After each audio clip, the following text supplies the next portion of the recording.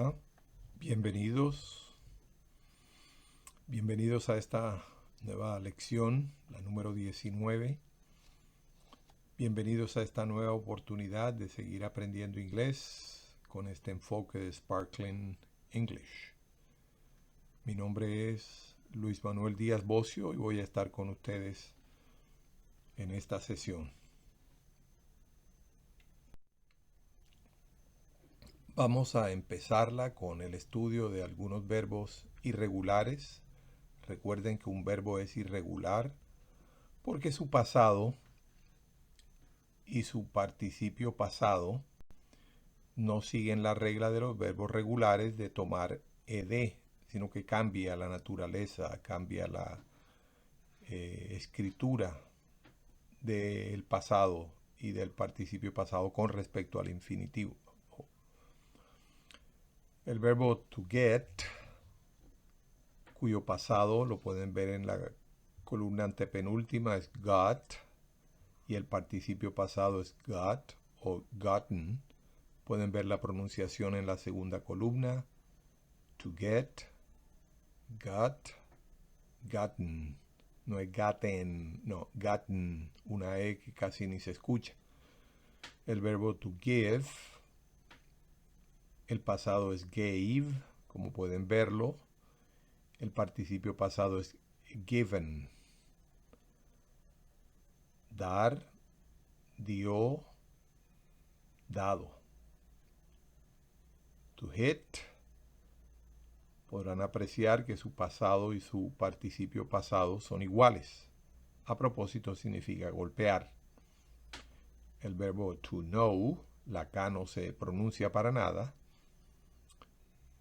que significa saber o conocer. Su pasado es knew, que se pronuncia knew en algunos escenarios, en otros se pronuncia knew, ambos son correctos. Y el participio pasado es known, known, participio pasado. Recuerden el que termina en ado. El verbo to lay, que significa colocar, poner algo. Su pasado y su participio pasado son iguales. Laid y laid.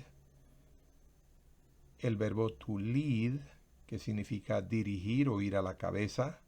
Su pasado es led y su participio pasado es led.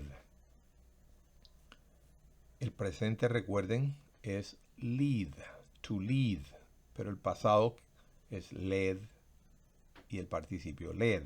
El verbo to lie, que significa yacer o estar recostado, tiene una infinidad de definiciones. Como verbo irregular, su pasado es lay y su participio pasado es lain, yacer, colocar, estar echado, etcétera, etcétera. Vamos a mirar algunas expresiones ahora con estos verbos irregulares.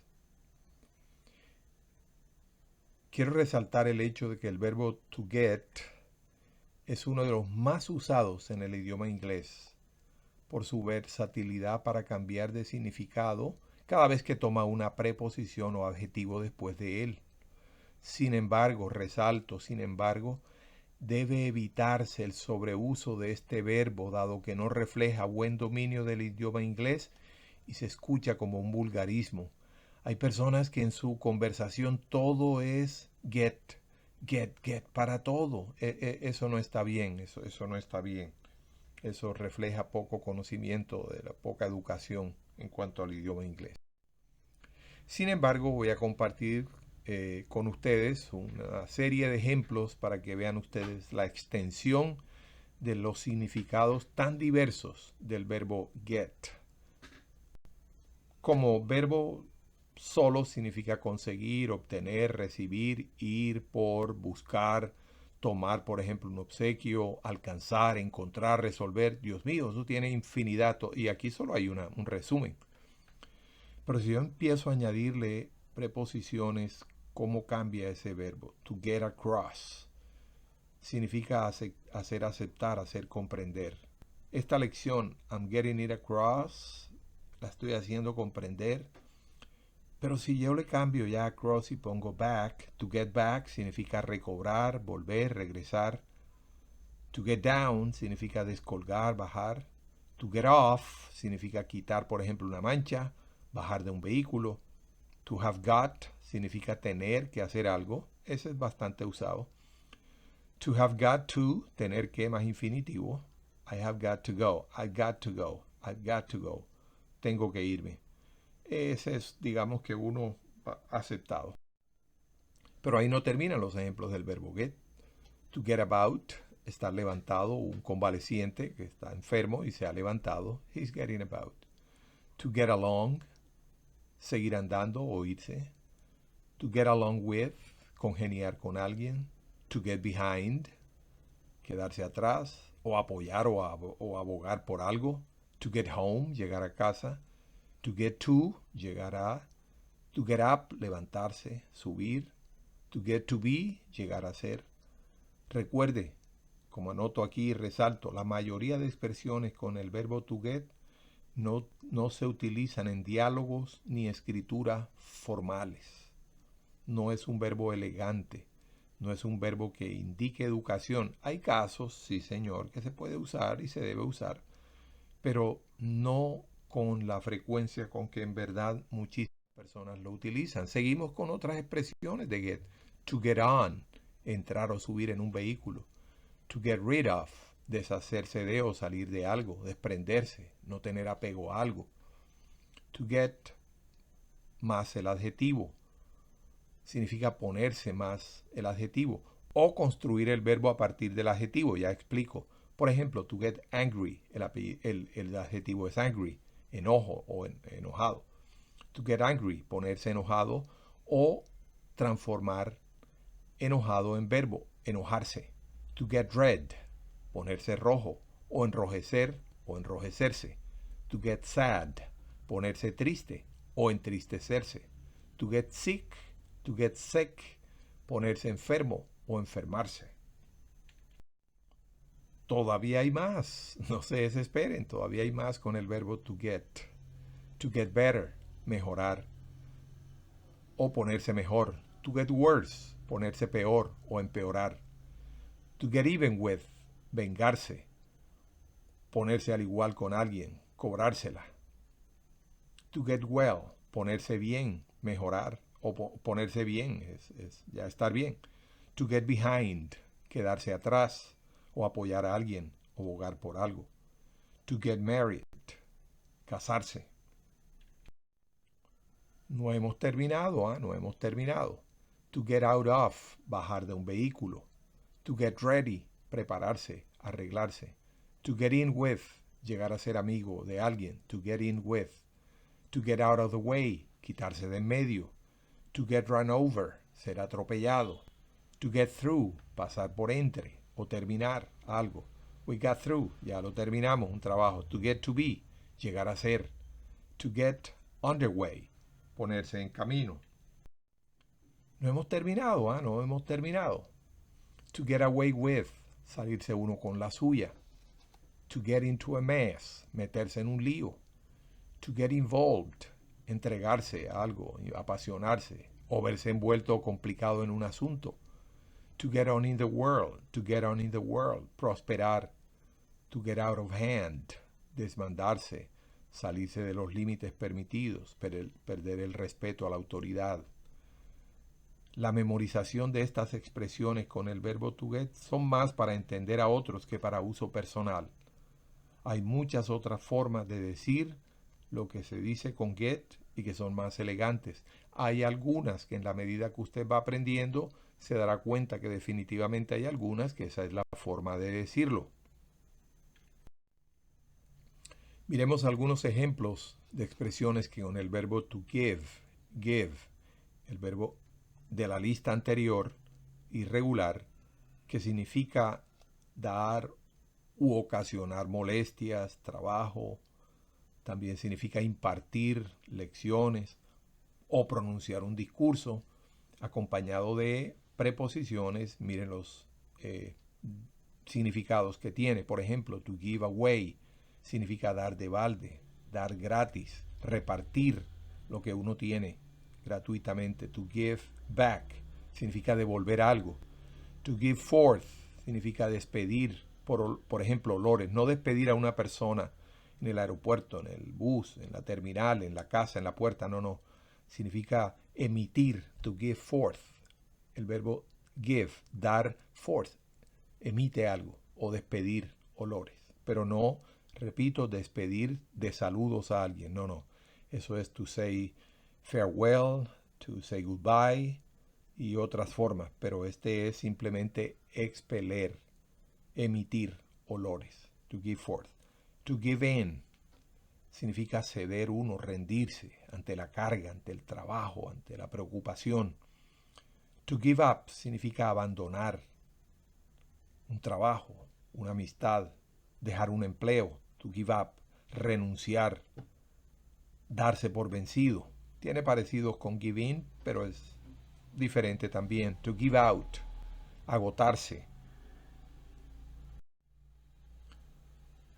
Quiero resaltar de la mejor manera, de la manera más intensa, esta expresión que no es típica en español de to know how to, más el verbo. Se traduce como saber cómo hacer algo. El significado de la expresión to know how to es de mayor uso en inglés que en español. No lo usamos normalmente en español, pero en inglés sí, y voy a explicar más todavía. Hay otra expresión, to know it all, sabérselo todo. Alguien que, oh, he knows it all, que tiene algo de despectivo, algo de desagradable, el que él sabe lo todo. Oh, he knows it all. Pero no siempre es adversativa, no siempre es adverso. Puede ser, oh, it's okay, I know it all. No, ya yo lo sé todo.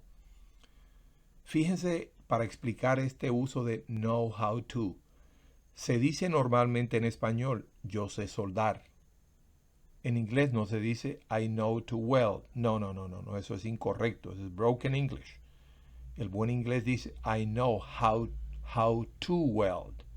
Yo sé cómo soldar, no se dice yo sé soldar, yo sé cómo soldar. Oigan eso y memorícenlo y no lo olviden. En español decimos, ellos saben llegar. En inglés no se dice, they know to get here. No, they know how to. Si es que se tiene una habilidad mental, una capacidad de hacer algo, después de know va how. Después de know va how. Quiero insistir más sobre este particular. En español, por ejemplo, decimos sabemos cocinar. En inglés se dice we know how to cook. Cada vez que uno va a expresar una destreza mental o física, después de know, que sabe, entonces va a seguir, va allí, I know how to hacer algo. Yo sé cómo hacer algo. Repito, no lo traducimos al español yo sé cómo, sino yo sé hacer y se acabó. Pero en inglés no es así, en inglés es con el how. Por ejemplo, ¿saben ustedes reparar computadores? En inglés se dice, do you know how to fix PCs? En español se dice, ¿saben ustedes hablar inglés? En inglés se dice, do you know how to speak English? Pero es mejor decir, do you speak English? No tiene que preguntar, do you know, sino simplemente, do you speak English? Sin el significado de destreza específica, to know significa saber. Por ejemplo, ahí no lleva how. I know my lesson. Recuerden, how va delante de un verbo en su forma infinitiva.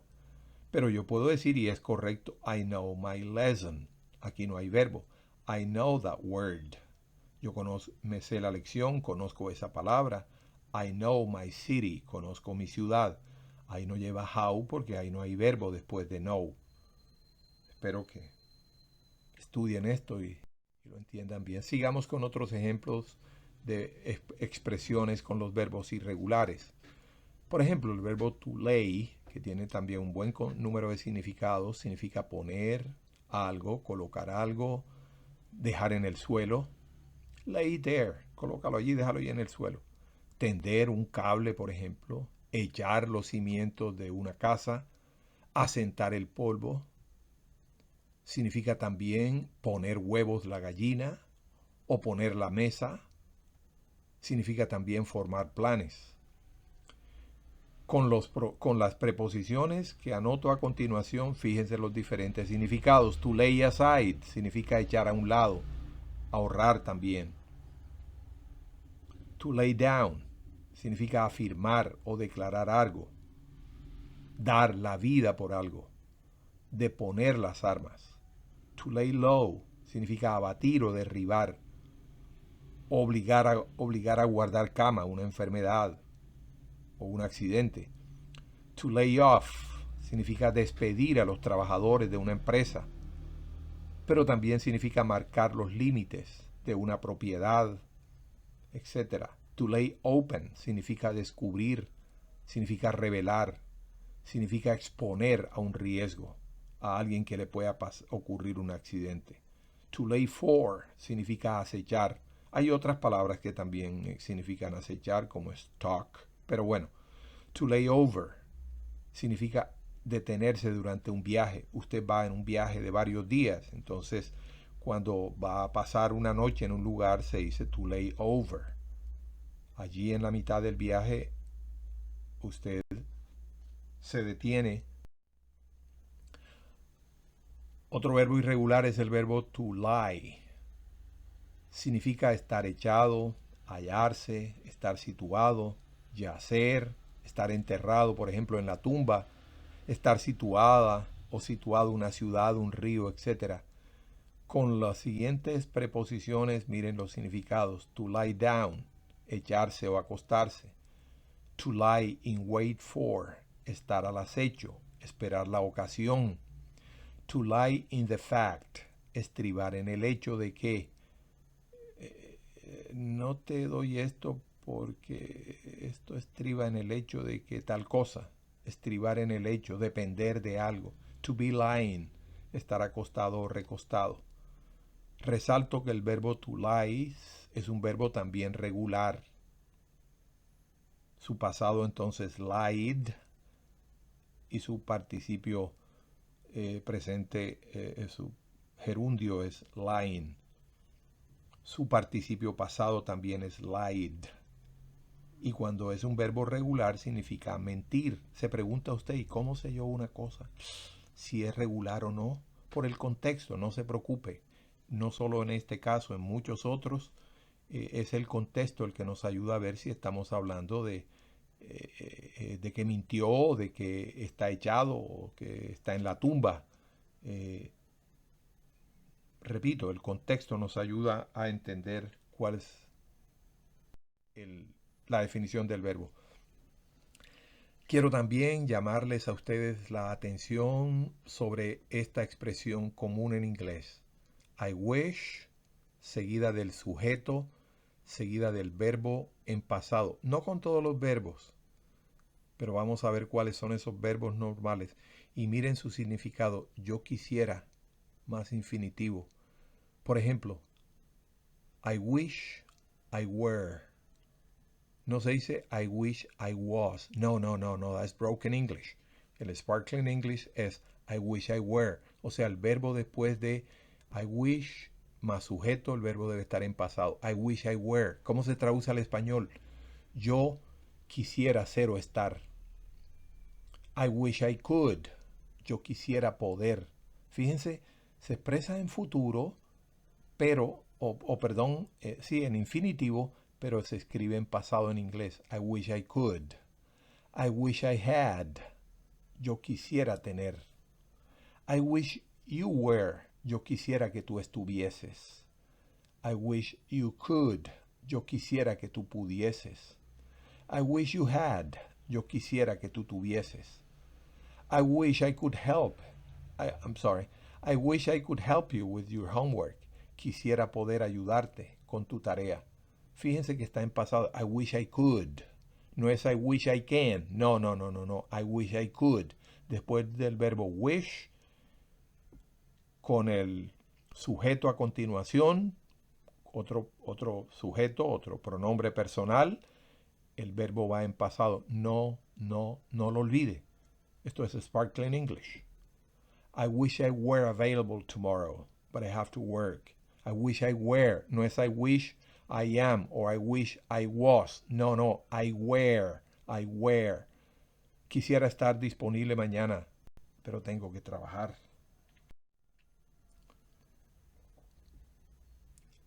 Sigamos.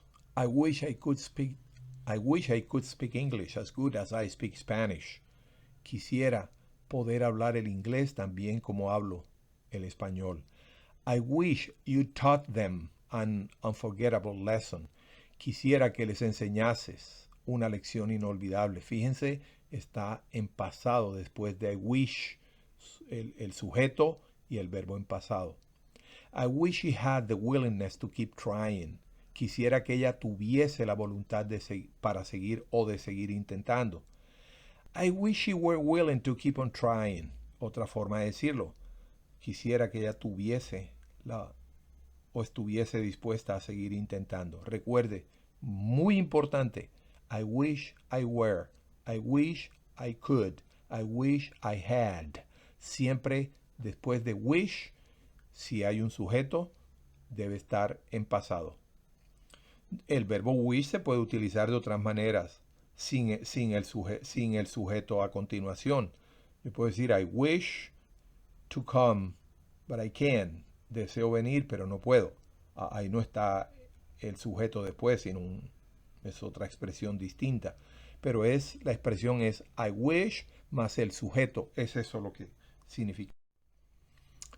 Miremos algunos verbos denominados impersonales, impersonal verbs. ¿Qué es un verbo impersonal? Se denominan verbos impersonales aquellos que indican acción no ejecutable por el ser humano, como así, sino más bien por la naturaleza o cosa indeterminada. La característica principal de estos verbos es que se pueden conjugar solo en tercera persona, con it, en cualquier tiempo verbal que se estime necesario. Ejemplos de verbos impersonales: el verbo to clear up, escampar, dejar de llover, solo en forma impersonal. El verbo to clear up también tiene otros significados, que se puede utilizar como un verbo normal, no es impersonal. Clear up significa limpiar un terreno que está lleno de maleza. Clear up, ahí sí yo puedo decir I clear it up, I will clear it up. Pero cuando significa escampar, solo se puede conjugar con it. Escampó. El verbo to dawn, que significa amanecer. El verbo to drizzle, que significa lloviznar, ligera lluvia. To hail, granizar. Todos ellos se conjuga únicamente con it. It clears up. Bueno, veremos después. To lighten, relampaguear. To pour, llover a cántaros. ¿Se acuerdan que les dije que to rain cat and dogs también significa llover a cántaros? Pero este verbo igualmente, to pour. Hay otros verbos que no hemos terminado, impersonales. El verbo to rain, el verbo to snow, nevar, el verbo to thaw, deshelar o derretirse la nieve o el hielo, el verbo to thunder, tronar, el verbo to grow dark, oscurecer. Los verbos impersonales, a propósito, también son sustantivos. En este caso no lleva tú. Y en los casos aplicables, se exceptúan 3 casos realmente. Pour no es sustantivo, lighten no es sustantivo y clear up. Cuando los demás no tienen tú, también implican el sustantivo. Por ejemplo, dawn no solo significa aclarar, salir el sol, también significa alba, sin tú. Hail, sin el tú, que significa granizar, significa granizo. Drizzle, así solo sin tú, significa llovizna. Rain, solo significa lluvia. Snow, significa nieve. Thunder, significa trueno. Thaw, significa de hielo. Pero relámpago no se dice no lighten, sino lightning. Lightning, eso es relámpago. Los verbos impersonales se conjugan en presente. It rains. O en presente continuo. It is snowing. O en pasado continuo.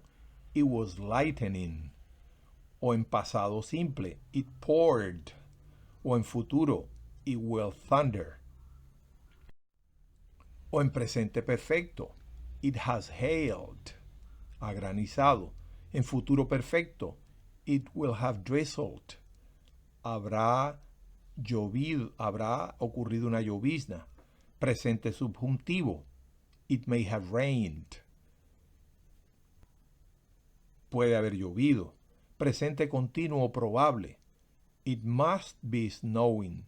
Debe de estar nevando. No debe estar nevando, porque eso yo no puedo decir que tiene que estar nevando.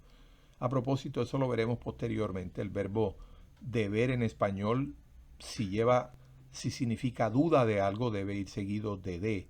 Debe de ser las 3 de la tarde. No debo decir deben ser las 3 de la tarde. No, porque yo no puedo dar orden de que sean las 3 de la tarde. Yo estoy expresando una duda. Cuando se expresa duda después de deber, va la preposición de. Y en el present perfecto probable, it must have rained. Debe de haber llovido. Muy bien. Es con is. Puede ser con are si estamos hablando de un plural, pero es impersonal. No sale de ahí. There is, there are. There is, there are. ¿Cuándo uso there are? Cuando el resto cuando el complemento hace referencia a un plural. Miremos algunas palabras. Sigamos ampliando, desarrollando, incrementando nuestro vocabulario. Estas son palabras, no son verbos, simplemente palabras, sustantivos, la mayoría, algún adjetivo. A significa una. Ablaze no es la única forma de decir brillante, pero significa brillante. Ablaze. Ablaze. Fíjense que no es ablaze, sino ablaze, una especie de E. Ablaze. Abroad no es abroad, sino abroad, que significa a él o en el extranjero. Academy, fíjense que no es academy, sino academy, academia. Fíjense que ahora accent, si es A, no es accent, sino accent. Accuracy, accuracy, exactitud, accuracy, fíjense dónde va el acento, la tilde, en la pronunciación se darán cuenta que está en la primera A, accuracy, no es accuracy o accuracy, no, es accuracy. Bachelor, bachelor, big, grande, king, king, rey, princess, princesa, queen, reina, science, science, se oye una medio T, pero no science, pero sí lleva algo de science, ciencia. Scientist, ahí sí es clarita la T. En la de science es algo muy diluido, pero aquí sí es firme y clara. Scientist, que significa científico, la persona. Cuando es un adjetivo scientific, es científico también, pero como adjetivo. Aquí es sustantivo, una persona que es un científico. Scorn significa desdén. Screen, que significa pantalla. Screw, que significa tornillo. Terminemos con estas palabras. Boy, que significa un muchacho. Cab, cab, que significa taxi. Cake, que significa torta o pastel. Canvas, que significa lona. Dejection, que significa abatimiento. Scum, que significa nata o espuma de la leche, del jabón. Seed, que significa semilla. Send, el verbo send significa enviar, pero fíjense que la expresión send off significa una despedida afectuosa. Shadow, que significa sombra. Y ship, una I corta, ship. No sheep, no, eso significaría oveja. Sheep es oveja, ship. Cortica la I significa buque, recuerden. Es importante notar esas diferencias. De otra manera, estaremos hablando un broken English. Sparkling English significa distinguir la I corta de la I larga. Ship es un buque. Sheep, pues, creo que pueden notarlo. Ship, ship, sheep, ship, sheep. Ship es buque, sheep es oveja. Muy bien, muy bien. Hemos llegado al final de esta nueva lección. Espero que la estudien con esmero, con dedicación. Y thank you for the time being. Gracias por ahora. And looking forward to seeing you next time. Esperando verlos la próxima vez. Bye bye. Bless you.